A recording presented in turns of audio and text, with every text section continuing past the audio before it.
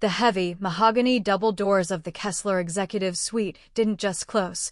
They sealed with a pressurized hiss, cutting off the rhythmic hum of the city and replacing it with a silence so thick it felt like a physical weight. Soren Kessler sat behind a desk that looked like it had been carved from the remains of a leviathan, his silhouette framed by the dim, atmospheric lighting of a library that smelled of old money, leather-bound secrets, and the sharp tang of expensive gin. He didn't look up as Lyra Belcourt entered. He didn't have to. The shift in the room's temperature and the sudden, electric charge in the air told him everything he needed to know. She was here, standing in the center of his inner sanctum, radiating a poise that felt less like confidence and more like a carefully constructed suit of armor.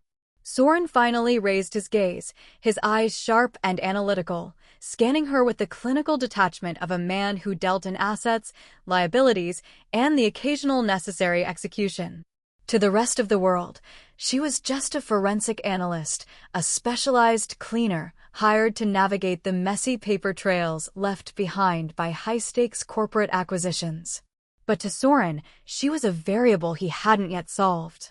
He noticed the way she stood, her weight evenly distributed, her chin tilted just high enough to be defiant without being provocative. She was a masterpiece of restraint. Lyra felt the weight of his stare like a hand around her throat. She had spent a decade perfecting this version of herself, the professional, the untouchable, the girl with no shadow. Her dark hair was pulled back into a severe, elegant bun that showed off the sharp line of her jaw, and her black blazer was buttoned tight, a shield against the world of shadows he ruled. She knew exactly who Soren Kessler was. Everyone in the underworld knew the man who had turned a fractured, warring syndicate into a surgical strike force that operated with the precision of a Swiss watch. He was beautiful in the way a predator is beautiful, all lean muscle, sharp angles, and a gaze that seemed to see through the flesh directly to the marrow of a person's soul. She tightened her grip on the strap of her vintage leather purse, her knuckles turning white against the worn hide. She had a goal that went far beyond the audit he thought he was paying for. She needed the truth about the night the Belcourt name was erased from the city's register, and she needed the ledger she suspected was hidden in the safe behind his desk. But she also had a flaw, one that kept her awake in her cold, lonely apartment. She was terrified that if she finally found the truth, it would be the one thing she couldn't survive. "You're late, Miss Belcourt," Soren said, his voice a low, melodic rasp that seemed to vibrate in the very floorboards. It wasn't a question. It was a statement of power. He stood up, moving with a fluid, terrifying grace that suggested he was always ready for a fight, even in a bespoke three-piece suit. He began to circle the desk, his presence expanding until the large office felt cramped, the air thinning with every step he took toward her. Lyra didn't flinch, though every instinct she possessed screamed at her to turn and run back into the safety of the elevator. She needed the files he held. She needed his trust to get close to the records of the men who had served his predecessor, the men who had known her father. "The traffic in this city doesn't bow to the Kessler name, Mr. Kessler," she countered, her voice steady despite the hammer of her heart against her ribs.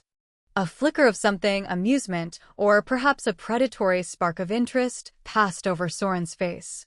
He liked defiance. In his world, it was a rare commodity, and it made the eventual submission more rewarding. He stopped just a few feet from her, close enough for her to catch the scent of cedarwood, tobacco, and the cold ozone that preceded a storm. The tension between them was a live wire, humming with an attraction that neither of them wanted but both felt in their blood. It was a dangerous game, a romance blooming in a graveyard of old rivalries. Soren reached out, not to touch her, but to gesture toward the velvet chair in front of his desk. "Let's get to work, then. I don't pay for excuses, and I certainly don't pay for wasted time." Lyra moved to sit, her mind already racing through the sequence of the audit. But as she shifted her weight, the strap of her purse, stressed by years of use and the sudden, jerky tension of her movements, gave way with a sharp, sickening snap. The bag hit the hardwood floor with a heavy, hollow thud that echoed against the bookshelves. The sound was like a gunshot in the silent room. Lyra gasped, her professional facade crumbling in an instant as she dropped to her knees to gather her spilled life. Her hands moved with frantic, clumsy energy, scooping up lipsticks, a cracked compact, a bundle of loose pens, and the mundane debris of a woman on the run from her own past. But Soren was faster. He was already on one knee, his hand closing over a folded piece of official-looking parchment that had skittered across the floor toward his shoe. "I can get that," Lyra whispered, her voice finally cracking, the polished analyst replaced by a terrified girl. She reached for the paper, her fingers brushing against the heat of his skin. The contact was electric, a jolt of raw energy that made her pull back as if burned. Soren didn't hand it over. He didn't even look at her. His eyes were locked on the letterhead peeking through the fold: Central Forensic Laboratories, Private DNA Comparison. The room seemed to tilt on its axis. Soren unfolded the paper slowly, his movements deliberate and cold, as if he were disarming a bomb. He expected a bill, or perhaps a secret report on the syndicate's local rivals, something he could use as leverage against her. He didn't expect to see his own name at the top of a kinship report. He didn't expect to see the name Alaric Belcourt, his mentor, the man who had raised him in the gutter and taught him how to kill, listed as the primary donor. His breath hitched, a sound so small it shouldn't have mattered, but in that office, it felt like an explosion. The man who ruled the city with an iron fist, the man who had never flinched at the sight of blood or the sting of betrayal, simply froze. He stared at the genetic markers on the page, the percentages screaming a truth he had been told was an impossibility. The woman kneeling in front of him, the woman he had been considering as a temporary, intellectual distraction, wasn't just an analyst. She was the ghost of the man he had loved and lost. She was the heir to a throne he had been forced to take.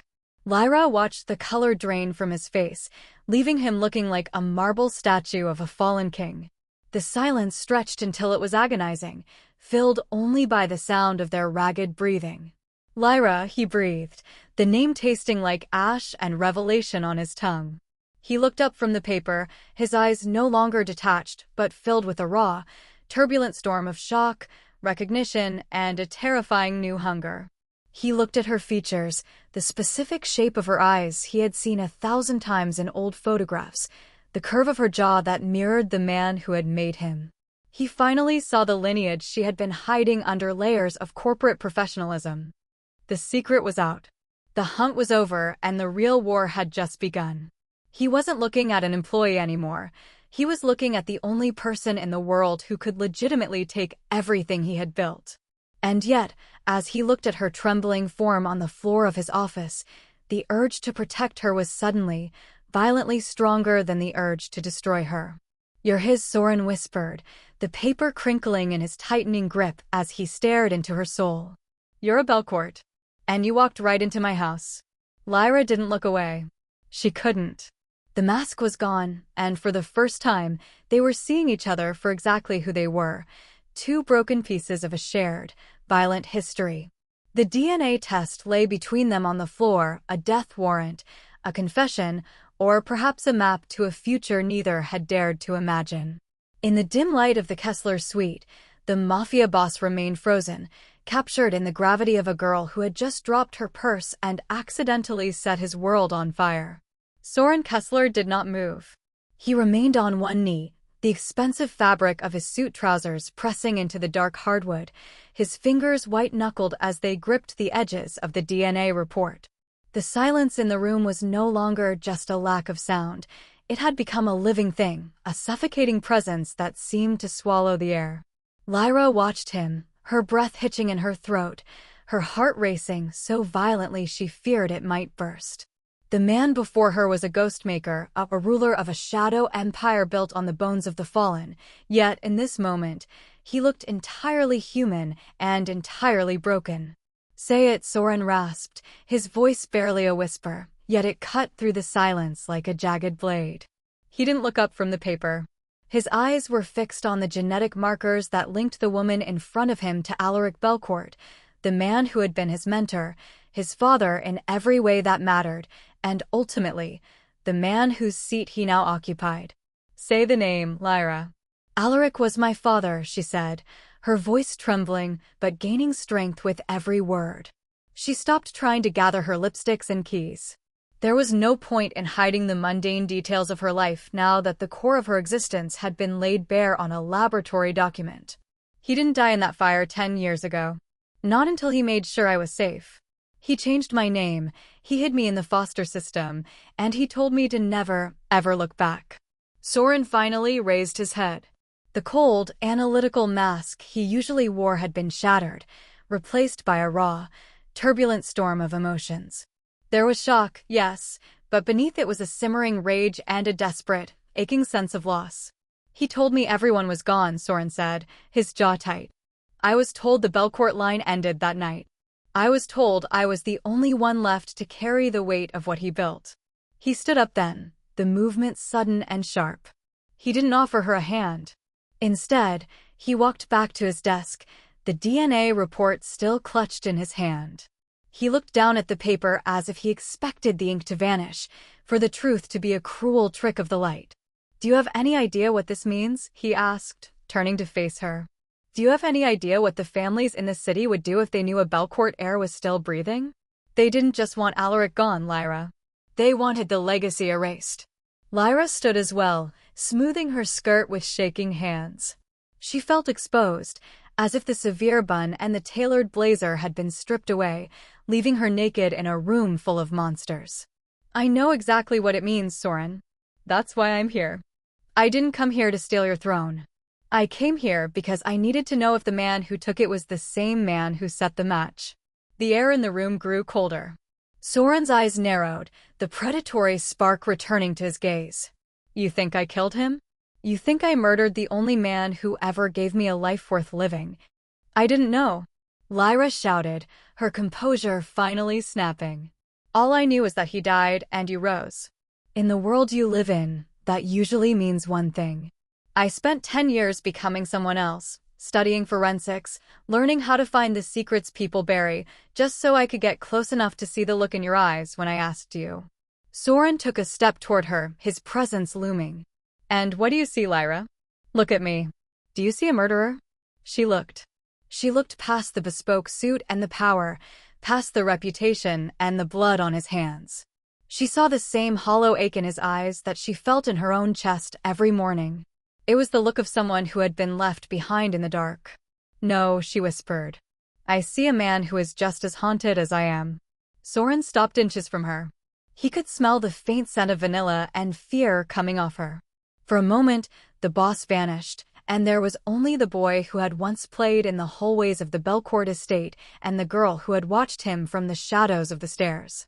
He reached out, his hand hovering near her cheek before he pulled it back, as if afraid the contact would burn them both. You can't stay here, he said, his voice regaining its steel. My men, they are loyal to me, but their loyalty is built on the stability of the Kessler name. If word of this leaks, the stability is gone. There are factions within the syndicate that are looking for any excuse to move against me. A living Belcourt heir is a flag they could rally behind, or a target they could use to hurt me. I'm not a target, Lyra said, her chin tilting up. I'm a forensic analyst. I know how to disappear. You didn't disappear well enough, Soren countered, gesturing to the paper on his desk. You brought the one thing that could destroy us both into the lion's den. You dropped your guard, Lyra. And in this house, a dropped guard is a death sentence. He turned away from her, walking to the large windows that overlooked the shimmering, neon-soaked grid of the city. He looked like a king surveying a kingdom that was suddenly built on sand. I should kill you, he murmured, more to himself than to her. It would be the cleanest way. No air, no threat, no questions. Lyra felt a chill run down her spine, but she didn't move. Then do it. If that's what the Kessler name requires, do it now. Soren turned his head slightly, looking at her over his shoulder. A dark, twisted smile touched his lips. That's the problem, Lyra. I've spent 10 years trying to be the man Alaric wanted me to be. Cold. Calculating. Ruthless. But the moment I saw that name on the paper, the moment I realized you were his, I realized I've spent 10 years protecting a throne that belongs to you. He walked back to her, and this time, He didn't stop until their chests were almost touching. He reached out and gripped her chin, forcing her to look up at him. I'm not going to kill you. But I'm not letting you go either. You wanted the truth? You're going to get it. But you're going to get it from inside these walls. From this moment on, you don't leave this suite. You don't make a phone call. You don't exist to the outside world. You're taking me prisoner? Lyra asked, her heart hammering against her ribs. I'm keeping you alive, Soren corrected, his thumb brushing against her jawline. The touch was possessive, a claim laid in the middle of a war zone. And while you're here, we're going to find out who really set that fire. Because if it wasn't me, and it wasn't you, then there is someone out there who thinks they've finished the job. And they're going to be very unhappy to find out they were wrong. He let go of her chin and walked to the intercom on his desk. Voss, get in here. A moment later, the heavy doors opened, and a man who looked like he was made of granite and bad intentions stepped in. Kalen Voss, Soren's most trusted enforcer, took one look at the spilled contents of Lyra's purse and the DNA report on the desk and went perfectly still. Clean this up, Soren ordered, gesturing to the floor. And prepare the East Guest Wing. Ms. Belcourt will be staying with us indefinitely. She is to be treated with the highest level of security. No one enters without my personal clearance. If she so much as looks at a window, I want to know about it. Voss nodded once, his eyes lingering on Lyra with a mix of curiosity and wariness. And the report, boss? Soren picked up the DNA test result. He looked at it one last time, at the proof of a bloodline he thought was extinct, and then he walked to the heavy brass lighter on his desk. He flicked the flame and held the corner of the paper to it. Lyra watched as the names Kessler and Belcourt were consumed by the fire, turning into black ash that fluttered onto the mahogany desk. There is no report, Soren said, his eyes meeting Lyra's through the smoke. There is only the girl who dropped her purse. And the man who is going to make sure she never has to run again. As Voss began to gather her things, Lyra realized that the professional world she had built was gone. The forensic analyst was dead. In her place stood the Belcourt heir, trapped in a golden cage by a man who was either her greatest protector or her most dangerous enemy. As Soren watched her, his gaze heavy with a dark, burgeoning heat, she knew that the DNA test hadn't just made him freeze, it had set a new, much more dangerous fire in his soul. And this time, there would be no running from the flames. The east wing of the Kessler estate was a gilded cage, a labyrinth of silk wallpaper, velvet drapes, and the suffocating scent of lilies. Lyra Belcourt paced the length of her suite, the heels of her shoes clicking against the marble floor with a rhythmic, anxious energy. It had been 48 hours since the snapping of her purse strap had shattered her life. In that time, she had gone from a woman with a mission to a ghost in a fortress. The DNA report was ash, her identity was a secret held only by a man she should hate, and in the silence of the mansion was starting to scream. She stopped in front of the floor-to-ceiling windows. Outside, the grounds were patrolled by men in dark suits, their movements as synchronized as the gears of a clock. Beyond the iron gates lay the city she had tried to protect with her science, and somewhere in those streets was the person who had truly murdered her father. Soren Kessler had claimed it wasn't him, and despite every instinct for self-preservation, she believed him. A man who looked at a piece of paper and froze with that much raw, unadulterated grief couldn't have been the one to strike the match. The heavy oak door to the suite creaked open. Lyra didn't turn around. She knew the footfall, heavy, purposeful, and radiating a cold heat that made the air in the room feel thinner. You haven't touched the dinner Voss brought up, Soren said. His voice was closer than she expected. He was standing just behind her, his reflection caught in the glass of the window. He had discarded his suit jacket, his white shirt unbuttoned at the collar, sleeves rolled up to reveal forearms corded with tension and a faint, jagged scar near his wrist. I'm not hungry for charity, Soren, Lyra replied, her voice tight. I'm hungry for the truth. You said we were going to find out who did it. So far, all I've found is that your guest wing is very well guarded. Soren stepped beside her, looking out at the city he ruled. In this world, information is a slow-moving poison. You have to wait for it to reach the heart before you can see who's dying. My contacts are moving, Lyra. But we have to be careful. If I ask too many questions about a fire that happened a decade ago, people start wondering why the king is looking into his own crown. And what about the ledger? Lyra turned to face him, her eyes flashing with a spark of the Belcourt fire. The one my father kept. He told me it contained the names of the men who were selling out the families to the cartels. If that ledger survived, it's the reason he's dead and the reason I'm in this room. Soren's expression darkened. He reached into his pocket and pulled out a small, tarnished silver key. He didn't hand it to her. He just held it between two fingers, letting the moonlight catch the metal. The ledger didn't survive the fire. But the man who was supposed to be guarding it did. He disappeared the same night your father was supposed to have perished. For 10 years, I thought he ran because he failed. Now, I'm starting to think he ran because he succeeded in taking the one thing worth more than the syndicate. Who? Lyra whispered. Julian Vesper, Soren said, the name sounding like a curse. He was Alaric's right hand. My shadow. When the estate went up in flames, he was nowhere to be found. Everyone assumed he died in the blast, but there was never a body. Not even a bone. Lyra felt a chill that had nothing to do with the evening air. Vesper.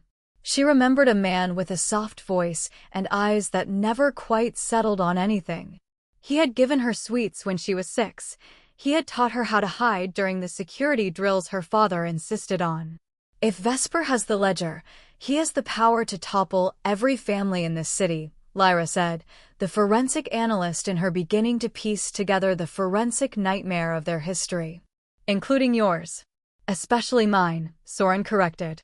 He finally reached out, his hand grazing the fabric of her sleeve before he gripped her arm, not with violence, but with a desperate kind of urgency. Why did you come to me, Lyra? Of all the people to seek out, why the man who sat in your father's chair? Because you were the only one who didn't profit from his death, she said, looking him directly in the eye. Oh, you took the title. You took the house. But look at you, Soren. You're miserable. You're a man living in a tomb, wearing a crown of thorns. If you had killed him, you'd be celebrating. Instead, you're hiding his daughter in the East Wing because you're afraid to let the world see that you still have a heart. Soren's grip tightened for a fleeting second before he let go, a sharp intake of breath the only sign she had hit her mark. He turned away, pacing the room like a caged animal. I am what I had to be. Alaric didn't raise me to be a saint. He raised me to be a shield. And when the shield failed to protect him, it had to become a sword. He stopped at a small table and poured 2 fingers of amber liquid into a crystal glass. He downed it in one go. You want the truth? Fine. We leave tonight. There's a man in the old docks, a broker who deals in ghosts. If Vesper is alive, this man knows where he's buried. You're taking me with you? Lyra asked, surprised. I'm not leaving you here for my loyal associates to find, Soren said, his eyes flashing with a dark, protective heat. Besides, you're a Belcourt. You have your father's eyes. If we find the broker, I want him to see those eyes. I want him to know that the past hasn't stayed buried. He walked over to a wardrobe in the corner and tossed a heavy, dark coat onto the bed. Put that on. Cover your hair. From this moment on, you aren't Lyra the analyst or Lyra the heir. You're mine. Do you understand? The word mine hung in the air, thick with a possessiveness that made Lyra's skin tingle. It was a lie for the sake of the mission, but the way Soren said it, with a growl in his throat and a hunger in his gaze, made it feel like a promise. She picked up the coat, the fabric smelling of him, and wrapped it around her shoulders. It was too big, swallowing her frame, but it felt like the first real protection she'd had in a decade. I understand, she said. They moved through the mansion like shadows. Soren knew every blind spot in his own security, every creaking floorboard and silent corridor. They exited through a service entrance and climbed into a nondescript, armored black sedan. Voss was behind the wheel, his eyes meeting Lyra's in the rearview mirror with a look that was no longer just suspicious, but deeply troubled. As they drove toward the docks, the city's neon lights blurred into long streaks of sapphire and crimson. Soren sat close to her in the back seat, his leg pressing against hers. He didn't move away. In the cramped, dark space of the car, the tension between them shifted from the professional to something primal. Lyra could feel the heat radiating from him, the sheer physical power he kept tightly coiled beneath his skin. "Soren," she whispered as they approached the fog-shrouded waterfront. "Don't speak," he murmured, his hand finding hers in the darkness. His fingers were rough, calloused, but his grip was surprisingly gentle. He threaded his fingers through hers, a silent pact made in the belly of the beast. "Just stay behind me. No matter what happens, do not leave my side."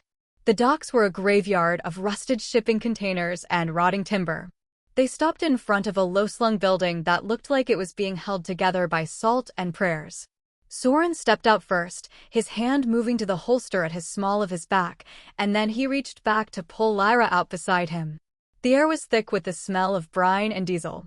As they approached the door, two men emerged from the shadows, their hands hovering near their waistbands. Kessler, one of them, spat, a look of recognition and fear crossing his face. "You're a long way from the penthouse." "I'm looking for the ferryman," Soren said, his voice dropping an octave into a tone of pure, unadulterated menace. "Tell him I have a debt to collect. And tell him I've brought a witness who doesn't forget." The guards hesitated, their eyes darting to the shadowed figure of Lyra. She stood tall, the wind whipping the dark coat around her, her gaze fixed on the men with a coldness she didn't know she possessed. She wasn't an analyst anymore. She was a Belcourt, standing in the dark with the man who had inherited her father's fire. One of the men nodded and pushed open the door. Inside, the building was filled with the hum of old servers and the glow of mismatched monitors. In the center of the room sat a man who looked like a shriveled piece of driftwood, his eyes milky with cataracts but sharp with an unnatural intelligence. "Soren Kessler," the old man wheezed, a yellowed smile stretching across his face.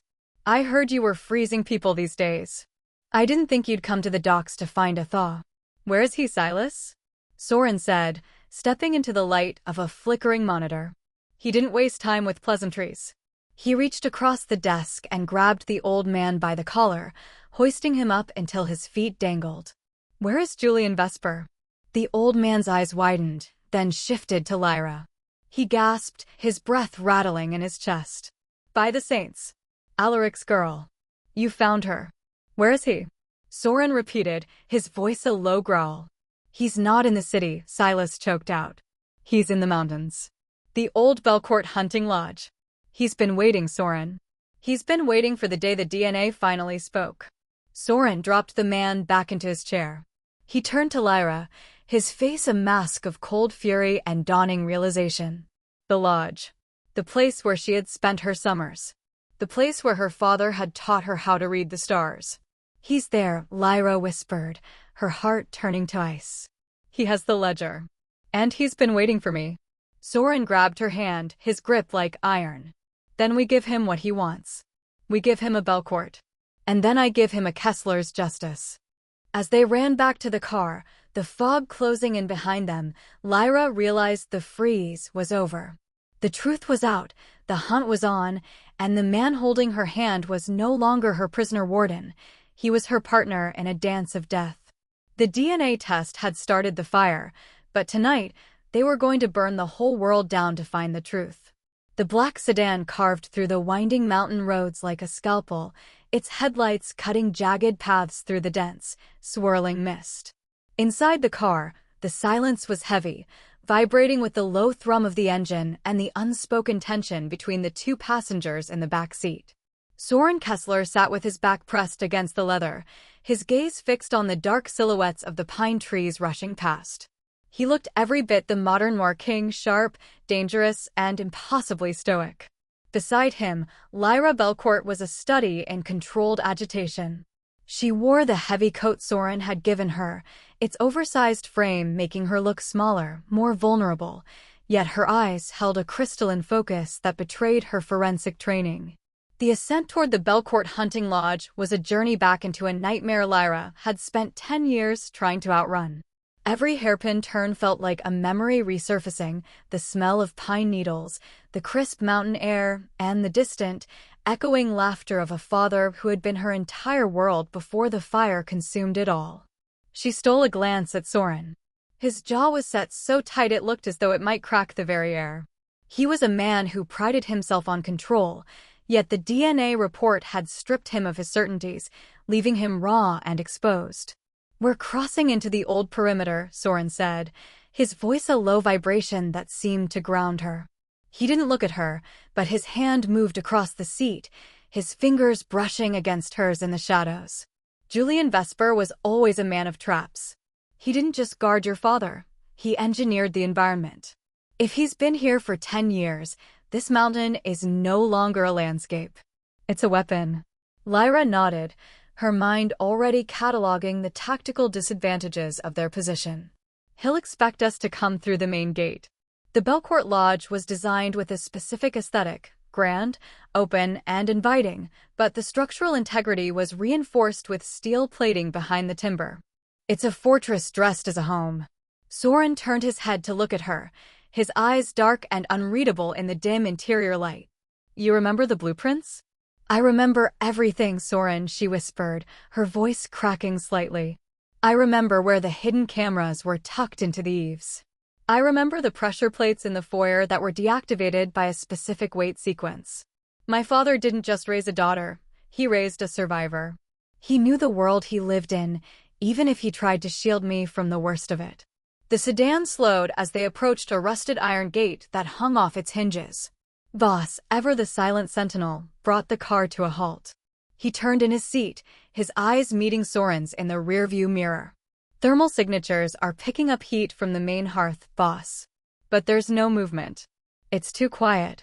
Even the birds have cleared out of the sector." "He's waiting," Soren muttered. He reached into the door pocket and pulled out a sleek, suppressed handgun, checking the chamber with a practiced, lethal efficiency. He looked at Lyra, his gaze lingering on her face with a sudden, fierce intensity. "Stay behind me. If I tell you to run, you don't look back. You don't wait for me. You get to the tree line and you keep moving until you hit the ranger station." "I'm not leaving you, Soren," Lyra said, her voice steadying. "This is my history as much as it is yours. Vesper has the ledger, and I'm the only one who can verify the handwriting, the codes, and the secrets my father buried within it. You need me." Soren didn't argue. He saw the fire in her eyes, the same fire that had burned in Alaric Belcourt, and he knew that trying to bench her now would be like trying to hold back the tide. He stepped out of the car into the biting cold, and Lyra followed, the gravel crunching softly beneath her heels. The lodge loomed ahead of them, a massive structure of stone and dark wood that seemed to grow out of the mountain itself. Smoke curled lazily from the chimney, a mocking sign of life in a place that felt like a tomb. They moved through the brush, avoiding the gravel drive. Soren led the way, his movements fluid and silent, a predator in his natural element. Lyra followed close behind, her heart hammering a frantic rhythm against her ribs. As they reached the perimeter of the wraparound porch, a sharp click echoed through the stillness. Soren froze instantly, his hand flying out to bar Lyra's path. "Don't move," he hissed. He looked down. Beneath the toe of his polished leather shoe, a thin, almost invisible wire caught the moonlight. It was a classic Vesper setup, a tripwire connected to a series of directional mines hidden within the decorative planters. If Soren took another step, the porch would be leveled. "Forensic eyes, Lyra," Soren whispered, his breath hitching. "What do you see?" Lyra dropped to her knees, her training taking over. She ignored the cold seeping through her slacks and focused on the wire. Her eyes scanned the tension, the anchoring points, and the way the wire disappeared into a small hole in the floorboards. "It's a dual-stage trigger. If you step back, it releases the tension and blows. If you step forward, you pull the pin. It's designed to freeze you in place." Soren let out a dry, mirthless chuckle. He always did like the freeze. He knew I'd be the one leading the way. "There's a bypass," Lyra said, her fingers hovering inches from the wire. "My father had a failsafe for the perimeter traps. He called it the Belcourt sequence. It's a manual override hidden in the foundation stones. If I can reach the crawlspace access near the north corner, I can cut the power to the detonators." "It's too dangerous," Soren said, his jaw tightening. "Vesper will be watching that access point." "He won't expect me to know about it," she countered. "He thinks I'm the same little girl who used to play hide-and-seek." He doesn't know I've spent the last 10 years studying how to dismantle the very things he builds. Without waiting for his approval, Lyra crawled along the edge of the porch, keeping low to the ground. She felt the damp earth beneath her palms, the scent of wet pine and old rot filling her lungs. She reached the small, iron-grated door of the crawlspace and pulled. It groaned, a sound that felt like a scream in the silence. She slipped inside, the darkness swallowing her whole. Inside, the space was cramped and smelled of spiders and cold stone. She found the junction box by touch, her fingers trembling as she traced the wires. It was a mess of copper and plastic, a labyrinth of lethal intent. She closed her eyes, visualizing the blueprints her father had shown her in the safety of his study. Red to blue, white to ground. With a sharp tug, she disconnected the primary lead. Outside, the faint hum of the electronic triggers died. She scrambled back out, her face smudged with dirt, but her eyes glowing with a small victory. It's safe. The mines are dead. Soren stepped off the wire, his body sagging with a momentary relief before he regained his lethal poise. He looked at Lyra, his expression a mix of awe and a deepening, more dangerous attraction. You're a goddamn miracle, Lyra Belcourt. They climbed the stairs to the front door. Soren didn't knock. He kicked it open, his gun raised, his eyes scanning the cavernous living room.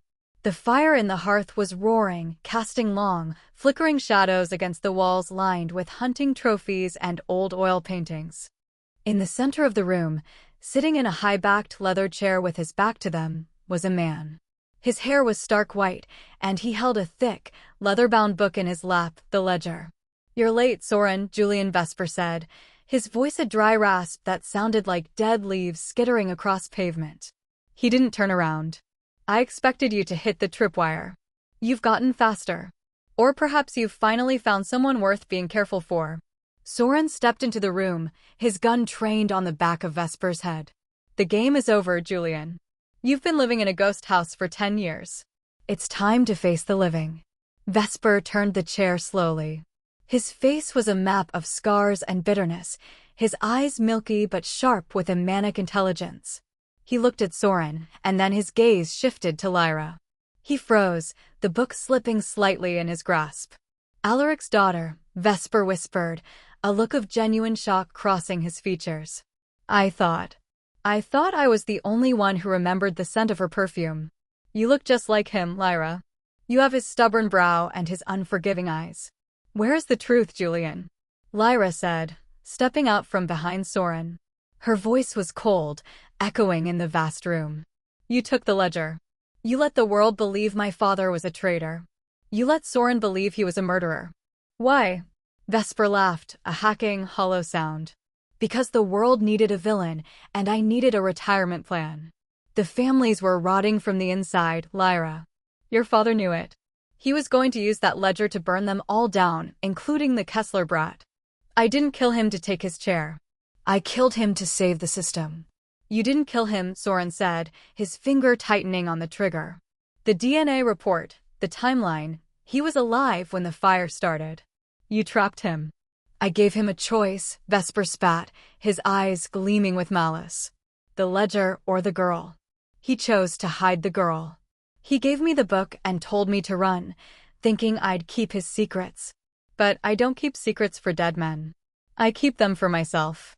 He held up the ledger, his fingers clawing at the leather. Everything is in here. Every payoff, every mole, every sin the Kessler family has committed for 3 generations. You want it, Soren? You want to know what your father did to get that seat? Soren didn't flinch. I already know what it took to get the seat, Julian. I'm interested in what it takes to keep it. Suddenly, the floor beneath them vibrated.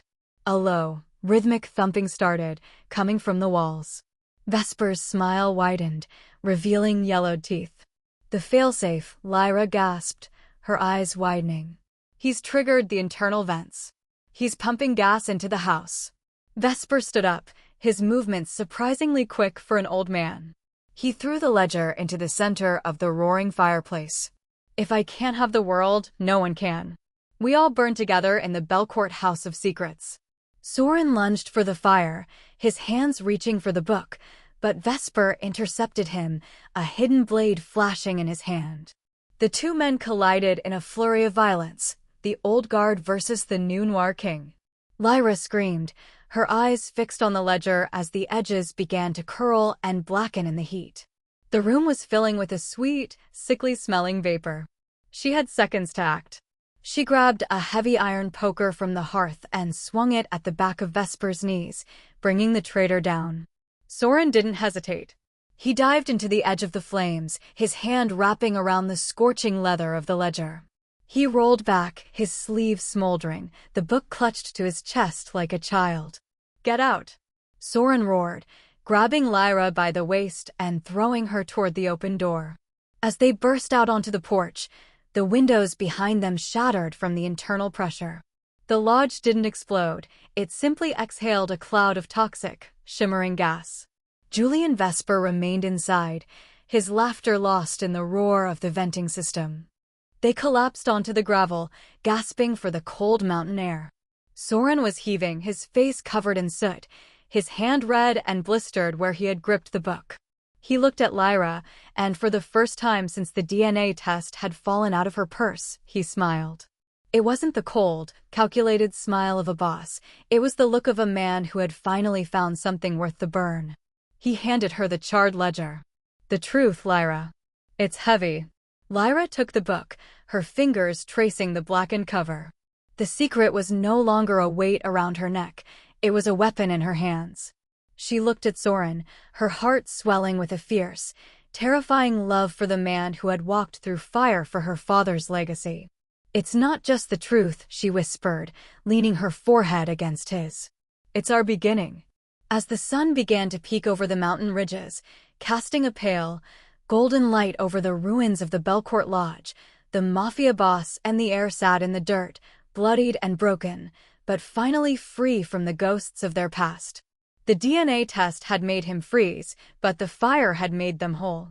The descent from the mountain was supposed to be a victory lap, a quiet moment for the dust to settle, but the silence between Soren and Lyra was fraught with the weight of the scorched ledger in her lap.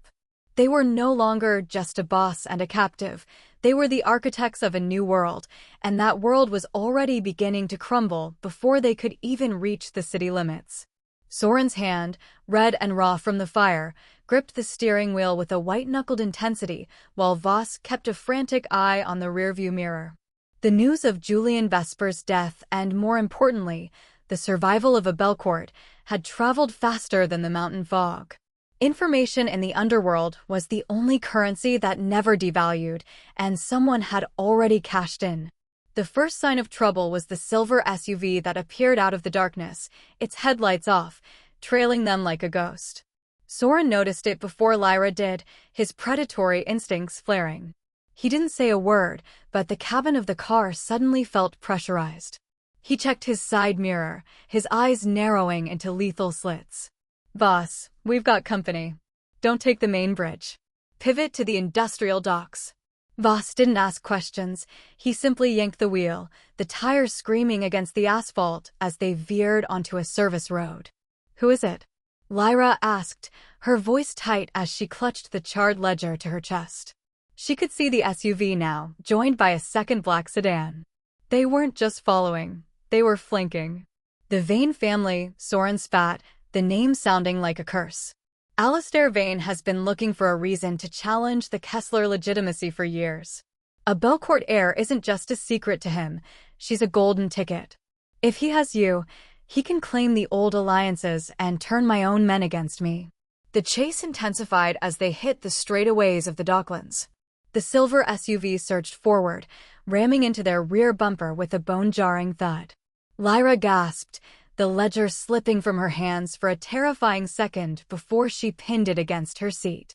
Soren reached for his suppressed handgun, but he didn't aim for the car. He looked at Lyra, his expression a desperate mixture of protection and calculation. He knew that if they stayed in the car, they were sitting ducks. "They don't want to kill us," Soren shouted over the roar of the engine. "They want the girl." "Voss, the warehouse at Pier 14. We're going to ground." The car skidded to a halt in front of a rusted, corrugated metal building. Soren grabbed Lyra's hand, pulling her out of the vehicle before the tires had even stopped spinning. They dived into the shadows of the warehouse just as the Vane vehicles screeched into the yard. Doors slammed, and the heavy, rhythmic thud of tactical boots echoed against the concrete. Inside, the warehouse was a cavern of crates and derelict machinery, illuminated only by the sickly orange glow of distant streetlights filtering through high, grime-streaked windows. Soren pushed Lyra behind a stack of shipping containers, his body shielding hers. "Stay low. Do not move unless I tell you to. If they get past me, there's a service tunnel behind the electrical substation. You take the ledger and you go." "I'm not leaving you, Soren," she whispered, her fingers digging into the fabric of his soot-stained shirt. The man who had once been her captor was now the only thing standing between her and a fate far worse than death. "This isn't a negotiation, Lyra," he hissed, his eyes searching hers with a raw, terrifying honesty. "They will use you to burn everything I've built. I won't let you be a pawn in Alistair's game." The warehouse doors groaned open, and a voice smooth, cultured, and utterly devoid of mercy boomed through the space. "Soren? Let's not be uncivilized. We know she's with you. We know what she is. Just hand over the Belcourt girl and the book, and you can walk away with your skin intact. My father is a patient man, but even his mercy has its limits." It was Alistair Vane's son, Julian, a man whose reputation for cruelty was matched only by his vanity. Soren didn't respond with words. He moved with a silent, lethal grace, repositioning himself behind a rusted forklift. The first Vane soldier to round the corner didn't even have time to raise his weapon before Soren's suppressed rounds found their mark. The warehouse erupted into a chaotic symphony of gunfire and shattered glass. Lyra pressed herself against the cold metal of the container, the smell of cordite and old oil filling her lungs. She could hear the heavy breathing of men, the clatter of shell casings, and the sharp, tactical commands of the Vane team. Soren was a shadow among shadows, a ghost king defending his queen.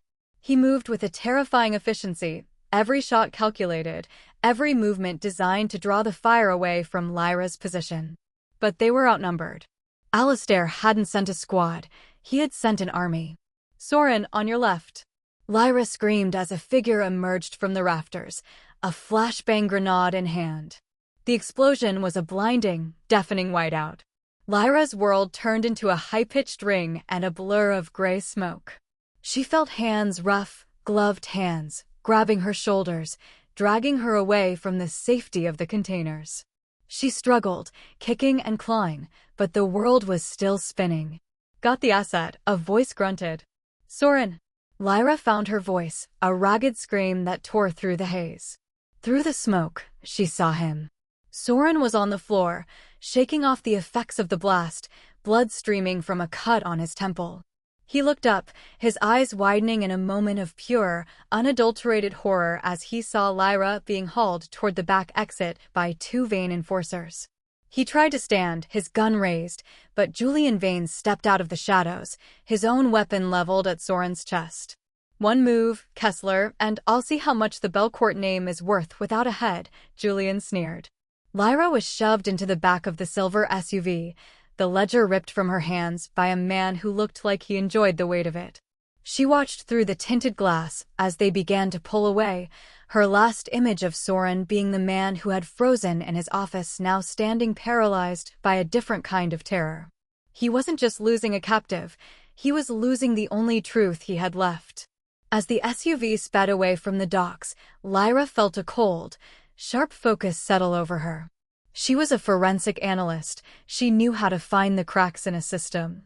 She looked at the man holding her father's ledger, his attention momentarily diverted by his radio. She wasn't just a girl in a purse-spilling accident anymore. She was the Belcourt heir, and she was going to make the Vane family regret ever learning her name. Back at the warehouse, Soren stood in the settling dust, the silence of the docks mocking him. Voss limped toward him, his face a mask of defeat. "Boss, they're gone. We can't track them through the industrial grid." Soren didn't look at him. He looked at the spot where Lyra had been kneeling, a single, stray pen from her purse lying on the concrete. He picked it up, his grip so tight the plastic snapped. The freeze was over. The calculated king was gone, replaced by something far more dangerous, a man with nothing left to lose and a vengeance that would burn the city to the ground to bring her back. "Boss, call everyone," Soren said, his voice a low, terrifying rasp that promised a bloodbath. "Tell them the Kessler-Belcourt alliance is no longer a secret. And tell them Alistair Vane has 24 hours to return what's mine, or I'll leave his family name as nothing but ash in the wind." Soren Kessler stood in the middle of the warehouse, his chest heaving as the last echoes of the silver SUV's screeching tires faded into the humid, salt-thick air of the docks. The silence that followed was more violent than the gunfire that had preceded it. It was a vacuum, a hollow space where Lyra Belcourt had been just seconds before. He looked down at his trembling hands, the skin raw and blistered from the fire at the lodge, the soot under his fingernails a grim reminder of the legacy he had just tried to save. For the first time in 10 years, the man who ruled the city with a heart of stone felt a crack in his foundation that had nothing to do with business and everything to do with the woman they had just stolen from him.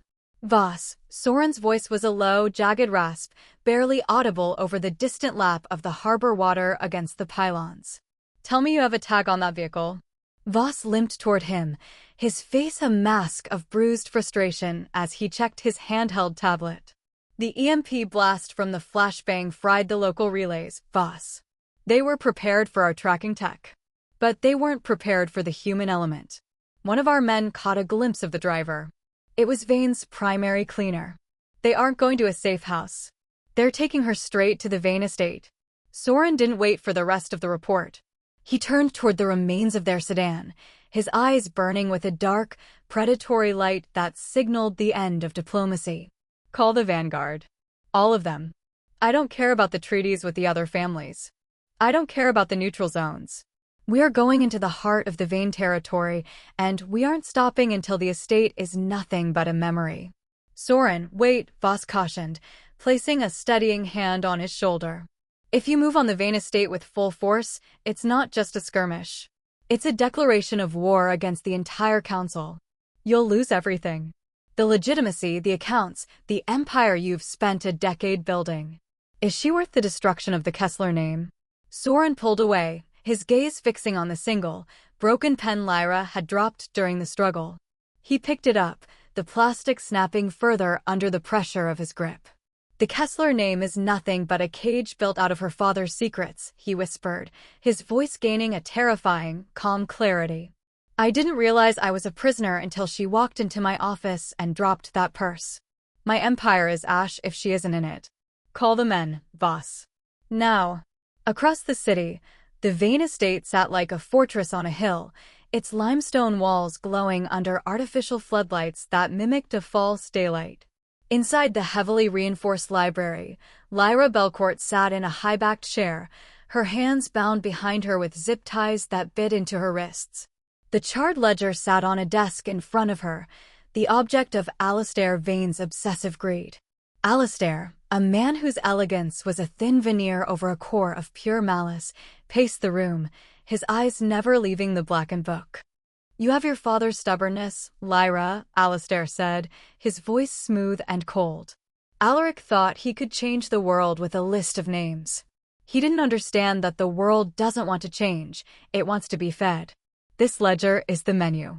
With this, I don't just rule the city, I own the people who rule it. Lyra looked at him, her face smudged with soot and blood, but her eyes held a forensic coldness that made Alistair pause. "You think the ledger is your power," she said, her voice steady despite the hammer of her heart.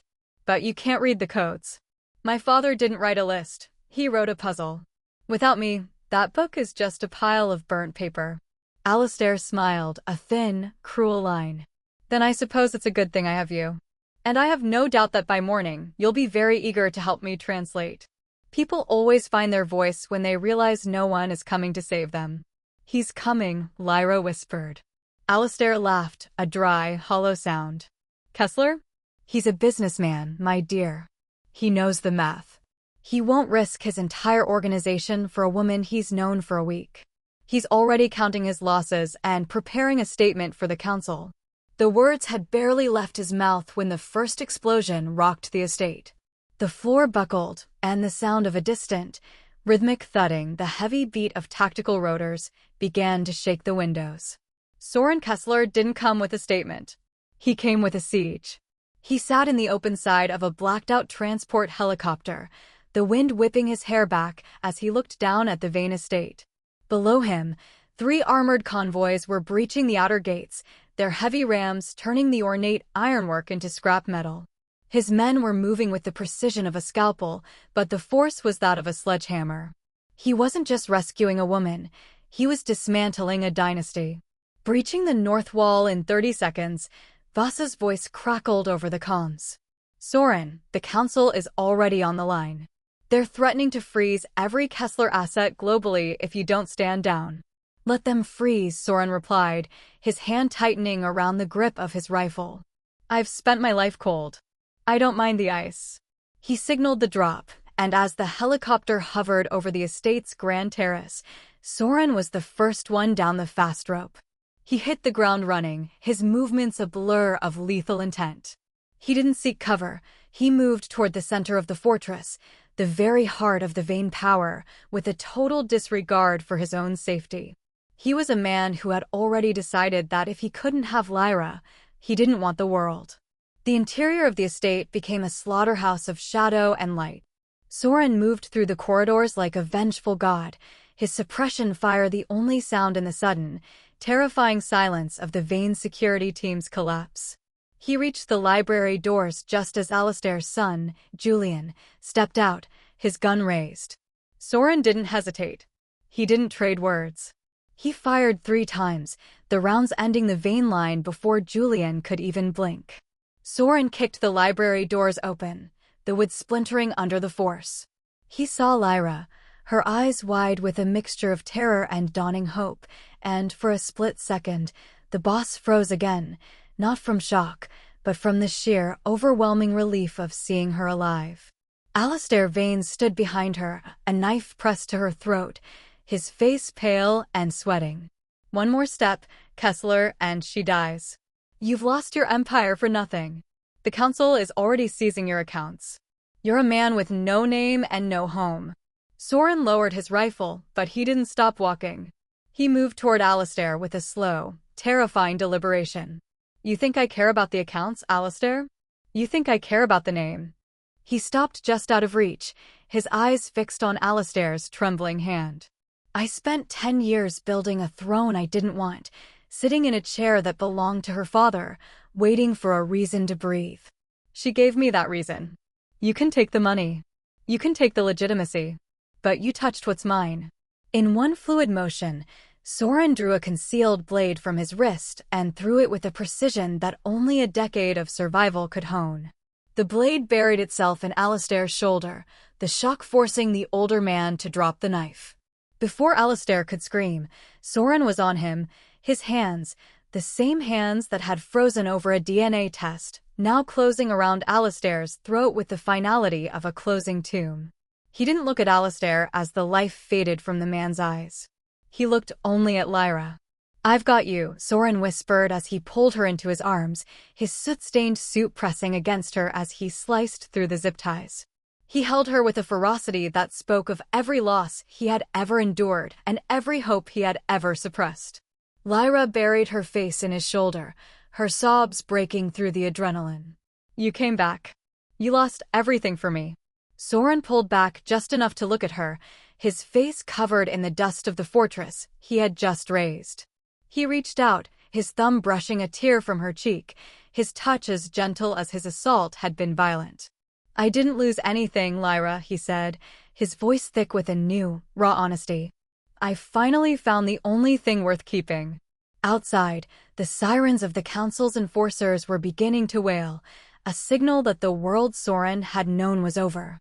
But as he looked at Lyra, the daughter of his mentor and the woman who had set his soul on fire, he knew that the empire he had built was a small price to pay for the woman who had made him feel alive. He took her hand, his fingers lacing with hers, and together they walked out of the ruins of the Vane estate, ready to face a world that no longer knew their names, but would never forget their fire. The charred remnants of the Vane estate were a smoldering silhouette against the pre-dawn sky, but for Lyra Belcourt and Soren Kessler, the fire was only beginning to reveal its true source. They had retreated to a secure Kessler safe house, a brutalist concrete structure hidden beneath a vineyard that smelled of damp earth and old secrets. Soren sat at a heavy oak table, his hands, still bandaged from the hunting lodge, steadily working through a bottle of high-end bourbon while Lyra remained hunched over the soot-stained ledger. The silence between them was thick, no longer the pressurized tension of predator and prey, but the heavy shared breath of two people who had just dismantled a dynasty to save one another. "You should sleep, Lyra," Soren murmured, his voice a low vibration that seemed to ground the vibrating nerves in the room. "Alistair is dead. His sons are scattered. The council is paralyzed. We have time." "We don't have time," Lyra countered, her voice raspy from smoke and exhaustion. She didn't look up from the scorched pages of her father's legacy. Her forensic training was the only thing keeping her upright, her mind cataloging the charred ink and the strange, non-linear coding Alaric Belcourt had used to protect his final confession. "The ledger isn't just a list of names, Soren. It's a map of a betrayal that happened long before the fire at the estate. If I don't finish this, we're just waiting for the next vein to rise from the ashes." Soren stood, moving with the fluid, predatory grace that defined his reign as the Kessler boss. He walked to her side, his presence a warm weight in the cold room. He didn't try to take the book away. Instead, he rested a hand on the back of her chair, a silent anchor. "What did you find?" Lyra pointed to a series of markers on a page that had been partially protected by the leather binding. "These aren't Kessler accounts, Soren. Everyone in the city, including me, believed you orchestrated the hit on my father to take the throne. The markers I found in the DNA test result back in your office were just the beginning. This ledger proves that the person who authorized the cleansing of the Belcourt line didn't have a Kessler signature." Soren froze, the same chilling stillness that had taken him when she first dropped her purse in his office. If it wasn't a Kessler and Alaric didn't authorize it himself as a way to disappear, then who? "The DNA markers," Lyra whispered, her eyes wide as she looked up at him. "I ran a cross-reference while we were at the Vesper docks. The person who framed you, the one who made sure the world saw a Kessler shadow in the Belcourt flames, was someone within my father's own inner circle. It wasn't Julian Vesper, and it wasn't Alistair Vane. It was someone who shared a direct genetic match with the Council's Oversight Committee." Soren's eyes darkened, the cold fury of the Mafia boss returning with a lethal clarity. "You're saying the Council framed me to justify taking control of the Kessler-Belcourt merger? They used me as a scapegoat to eliminate your father and keep me on a leash." "Exactly," Lyra said, her fingers trembling as she traced a final line of code. "Soren, you didn't kill my father. You were his designated protector, and they framed you so I would eventually come for your head, finishing the job they started 10 years ago. We weren't enemies, Soren. We were two halves of the same trap." The revelation hit the room like a physical blow. Soren reached out, his fingers brushing the line of her jaw, pulling her gaze back to his. The romance that had been simmering beneath the violence and the secrets finally boiled over in the quiet of the safe house. He didn't see the daughter of a rival or a forensic analyst he had to keep prisoner. He saw the only person who had ever truly seen the man behind the Kessler mask. "If they framed me, Lyra, then every move I've made for a decade has been in their service," Soren said, his voice dropping to a dangerous, intimate whisper. "But they didn't count on you dropping that purse. They didn't count on the DNA telling a truth they couldn't burn. They didn't count on us," Lyra added, leaning into his touch. Soren leaned down, his forehead resting against hers. "Then the war isn't over. We found the missing piece of the puzzle, but the board is still theirs. If the Council is the enemy, then the city is about to find out exactly what happens when a Kessler and a Belcourt stop fighting each other and start fighting together." He pulled her into a fierce, protective embrace, the charred ledger forgotten on the table. They had the truth now. Soren Kessler wasn't the murderer she had sought, and Lyra Belcourt wasn't the ghost he had feared. They were the architects of a new, legitimate empire, and the Council's frame job had just given them the ultimate reason to burn the old one to the ground. "What's the next step, Lyra?" Soren asked, his hand lacing through hers. We go back to the beginning, she said, her eyes burning with a new, shared purpose. We go back to the council, and we show them exactly what happens when the DNA result they tried to bury finally speaks. The pre-dawn light began to filter into the safe house, no longer a cage but a command center. The freeze was over. The Mafia boss and the heir stood united, a romance forged in betrayal and tempered by the truth. They had the missing piece, and they were ready to use it to reclaim a city that had tried to destroy them both. The safe house felt smaller than it had only hours ago, the cold concrete walls closing in as the final pieces of the puzzle clicked into place. Soren stood by the window, his silhouette a jagged shadow against the moonlight, while Lyra stared at the decrypted ledger. The genetic markers didn't lie. The betrayal wasn't external. It was woven into the very fabric of the Kessler organization, a poison that had been sitting at Soren's right hand for a decade. Voss, Soren whispered, the name barely a breath of air. The realization was a physical blow, more painful than the burns on his hands or the weight of the council's pursuit. Voss had been his shadow, his enforcer, the man who had supposedly pulled him from the wreckage of the Belcourt estate 10 years ago. But the ledger revealed a different story. Voss hadn't been a savior. He had been the architect of the cleansing, a double agent working for the council's oversight committee to ensure the Belcourt and Kessler lines destroyed each other from within. Lyra stood up, her legs shaking but her resolve as sharp as a forensic scalpel. He's on his way here, Soren. He thinks he's coming to help us disappear before the council arrives. He doesn't know we've decoded the final signatures. The sound of a heavy vehicle crunching over the vineyard's gravel drive cut through the silence. Soren didn't reach for his rifle. He reached for a small, concealed blade, his eyes never leaving the door. He was no longer the frozen boss of the office or the desperate rescuer of the Vane estate. He was a man facing the ultimate ghost of his past. The heavy iron door groaned open, and Voss stepped in, his face a mask of loyal concern that had fooled Soren for 10 years. Boss, we have to move. The council's tactical units are 2 miles out. I've got the extraction point ready. Soren didn't move. He stayed in the shadows, his voice flat and terrifyingly calm. Why didn't you kill her 10 years ago, Voss? Why let the heir survive if the goal was to erase the Belcourt line? Voss froze, his hand hovering near his holster. The loyal mask didn't slip immediately, but the air in the room shifted, turning lethal. I don't know what you're talking about, Soren. We don't have time for riddles. It wasn't a riddle, Lyra said, stepping into the light, the ledger open in her hands. It was a contingency. You kept me alive as a reset button. If Soren ever became too powerful, you'd reveal my existence to start a war that would destroy him. But you didn't count on the DNA test. You didn't count on us finding the signatures in the ledger that link you directly to the council's payroll.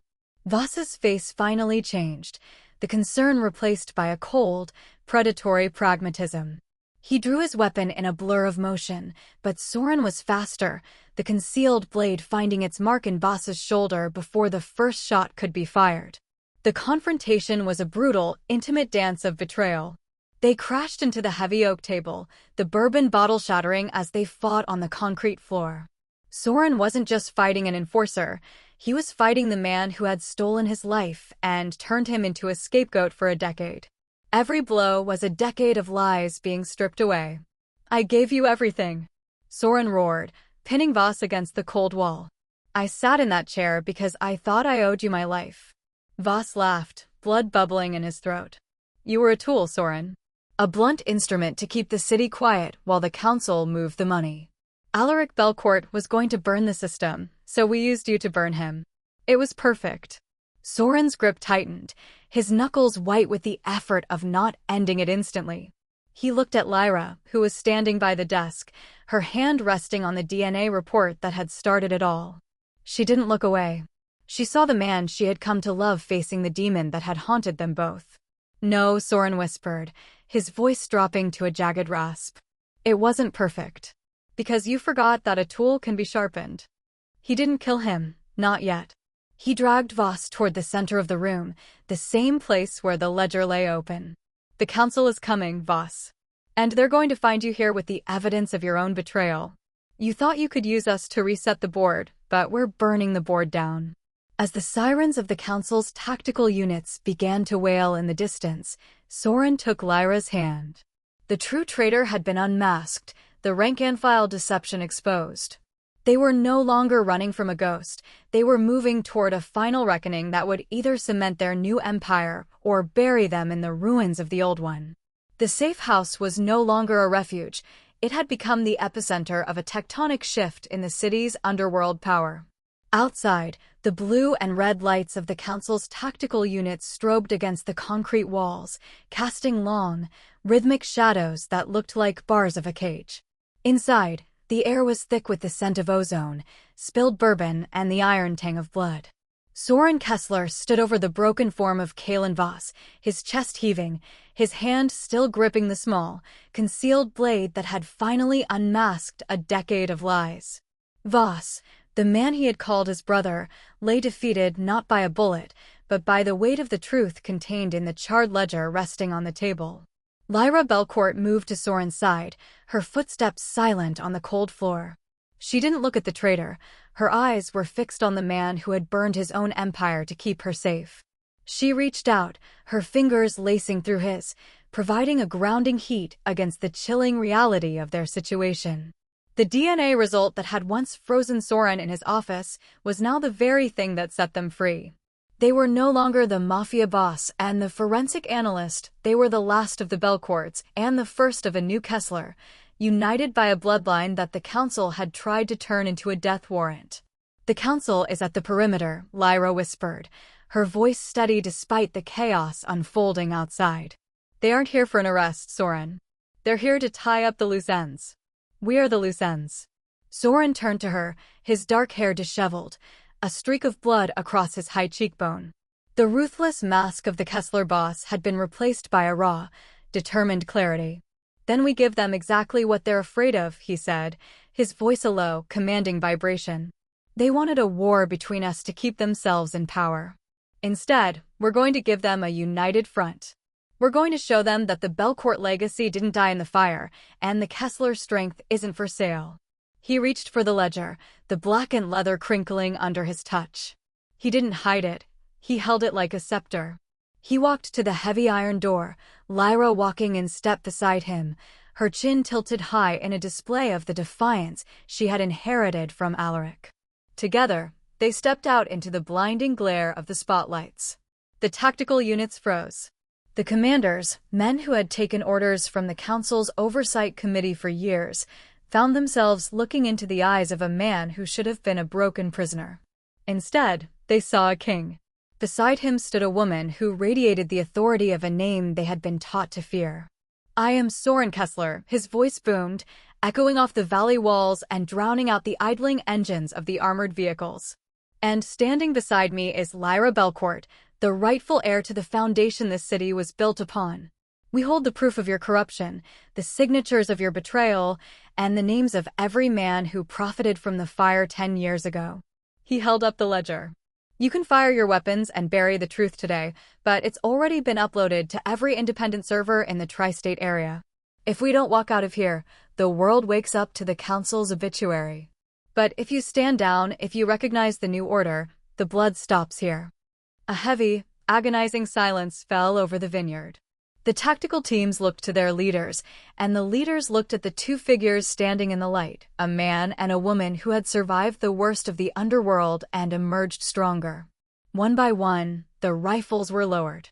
The cycle of vengeance, which had fueled the city's shadows for a generation, finally sputtered and died. In the weeks that followed, the cleansing was not of the Belcourt line, but of the corruption that had plagued the syndicate.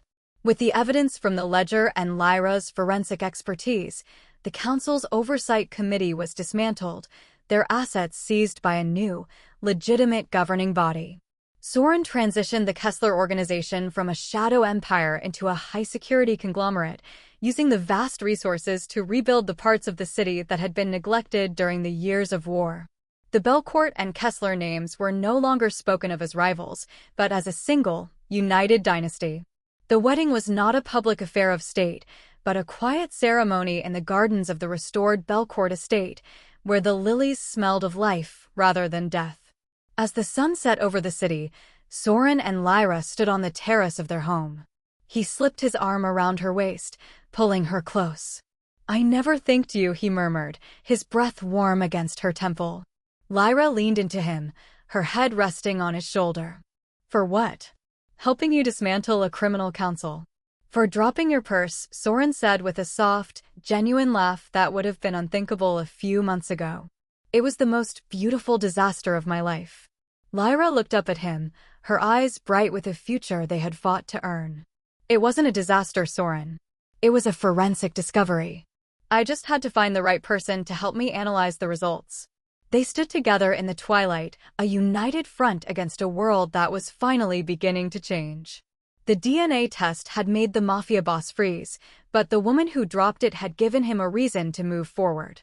The ghosts of Alaric and the sins of the past were finally at rest, replaced by the rise of a dynasty built not on blood and fire, but on truth and a love that was as undeniable as the markers in their veins.